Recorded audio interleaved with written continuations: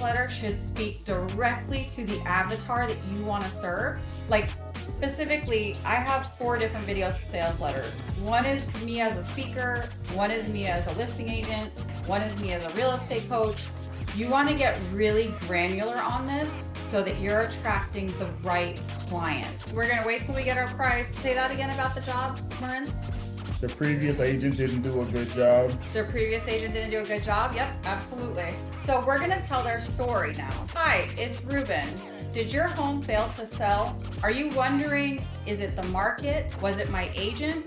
Is it the interest rates? Because this is what they're worried about. Now you're gonna quickly handle their objections. It's not the market, it could be your agent, and it's not the interest rates. If you would like to talk for 15 minutes about how you can get your home sold. Exactly. It is a great screening tool for the jerks. One of my favorite things about charging 4% is it separates the people who value you, who will respect you, appreciate you, and you want to work with versus the people who are going to give you a headache the entire time. So for your video sales letter, you're going to have 2 versions, a short form and a long form. The short form is going to convert into your long form. So your short form is going to be something that you put at the end of your email. It should go in your signature line. Once you shoot it, you can add it to your signature line of your email. Now, obviously your longer form, which is going to act as your listing presentation, that's going to go on your YouTube channel, and that should be between like 30 minutes and 45 minutes. You want to know what's really wild about this? You'll get listings in marketplaces that you don't have a license in, which is anyone have EXP partners in other markets or like referral partners? You can start feeding your people in other markets with your video sales letter. It is an amazing magnet, and obviously you get a referral too, because people will start reaching out to you from all over the country saying, oh my God, I wish I had met you before I put my home on the market. Where do you work? Do you know someone in my market? So this is how we're gonna do it. So this is your template. So the first thing we're gonna do is we're gonna think about our prospect. So obviously the prospect in what I just showed you is an expired listing. Someone whose home failed to sell when they were on the market. You want to make this very specific. Your video sales letter should speak directly to the avatar that you want to serve. Like specifically, I have 4 different video sales letters. One is me as a speaker, one is me as a listing agent, one is me as a real estate coach. You want to get really granular on this so that you're attracting the right client. Because if you want to work with $1 million sellers, you want to talk to what $1 million sellers are experiencing, right? So I'm going to go through this is anyone ready to do this with me? Raise your hand if you want to work on your video sales letter. All right, Ruben, tell me about your prospects. Who do you want to work with more? Definitely with expired. Expired sellers? Yeah. Perfect. Okay, so we're going to educate our prospect. What do all expired sellers want to know about? If you can actually sell my house. Absolutely. And what's generally the first question that they ask you? Yeah, how you do differently. What are you going to do differently? Why didn't my home sell? How come I'm getting all these phone calls? You're going to address all of these questions that they have because no other agent has actually given them an answer. They're just selling them on getting an appointment. So that's going to be the first thing we do. We educate our prospect. Now, in a short video sales letter and the one that goes in the bottom of your email, I'm not talking about the long form because we're short form. Short form is what gets them to click the long form. So in your short form, you're going to say, are you a home seller whose home failed to sell? Simple. Now we're going to tell their story. What is every expired listing's story? It's a bad market. Absolutely. What are some other things that they're saying to you? We're going to wait till we get our price. Say that again about the job, Marin. The previous agent didn't do a good job. Their previous agent didn't do a good job? Yep, absolutely. So we're going to tell their story now. Hi, it's Ruben. Did your home fail to sell? Are you wondering, is it the market? Was it my agent? Is it the interest rates? Because this is what they're worried about. Now you're going to quickly handle their objections. It's not the market.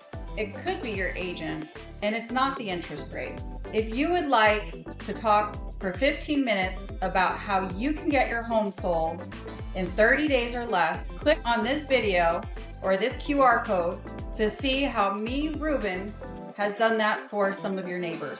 That's your short form video. Simple to the point. Educate the prospect. The prospect is whoever your avatar is. If your avatar is expired sellers, you're going to tell their story, handle their objections. You're going to generate the lead because you want them to be a lead.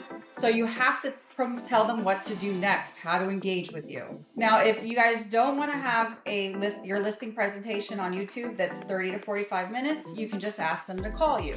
Me personally, I think it makes a lot more sense to move them from a short form to a long form, because by the time they're done with that long form, they've already decided that they want to hire Ruben. If Ruben does his whole listing presentation in a form of a YouTube video, they've watched the whole thing, they're not interviewing another agent. They're not asking him what his commission is. They're asking him, when can he start? Does anyone have any questions about that so far? Do you address commission later or in your long form video? In my long form, I do, specifically because I charge more than most realtors. My fee to list with me is 4%. And I address this directly in the video and about how that typically works out for my clients, so that it does, so I'm handling the objection in the video. Because that typically will become an objection for me. Can you do it for 2%? Can you do it for 3%? And I'll explain why I don't. I just had that happen with Lisa, Jessica, and I've been using it. And today I got a listing appointment for an expired. Woo! With that video. Let's go. How much is that expired? So this one's actually $900K. Still a great price point. Not $1.6 million, but you know. So low for you, Fonzo. I can't even. Thank So, you. ladies and gentlemen, if you don't know Fonzo, he's been in the business about 3 years. He only lists $1 million properties, and he's an incredible real estate partner if you need one. Yes, ma'am. Go ahead with your question. One of the things that I love, I'm into the running community. It's something that I'm really into. So I love all the trail systems, properties, their proximity to all the incredible trail systems and the recreational lifestyle offerings within these beautiful communities. That's something also that I'm really interested in promoting. Do you think that's too micro? I think it's genius. I mean, it fits the whole lifestyle. Like, again, wealthy people are into time, fitness, health. These are things that you cannot buy. So yes, I would absolutely add that to what you're doing. Because you're still a lifestyle. And branding, I've had advice from my family to sort of start branding myself that way, like running on the trails in those areas, is doing little clips of me running in the areas and with the neighbors and that type of a thing. Is that something that you would include in your video? Absolutely. I think it shows the lifestyle, and it would be something I would put into your longer video. The one that you put on YouTube. Yep. Right? Like, wouldn't you have rather that happen in 15 minutes so you could say, hey, good luck. Let me refer you to another agent. So if you can get better at leveraging digital assets, you're going to make more money. You're going to spend less time. And ultimately, that's why we got into this game, didn't we? Did we want to work a 9 to 5? I know I didn't. So Jessica, that's totally what I want to do. So is that Zoom call more like a screening call, and then do you then eventually go to the house? Because they're not FaceTiming showing you the house, are they? So sometimes I've never gone to the house. What I like to do is I have a very good relationship with both my sign delivery guy and my photographer. And when they go there, they know it. So now I've learned, Eva, I've learned through the hard way. I ask them, like, are there any cat or pet smells? Because that does affect our ability to sell, right, guys? Food smells, things that are like something you can't see on Zoom. They'll tell me if there's like foundation cracks. Like, they'll kind of act as my eyes and tell me before we go live if there's a problem.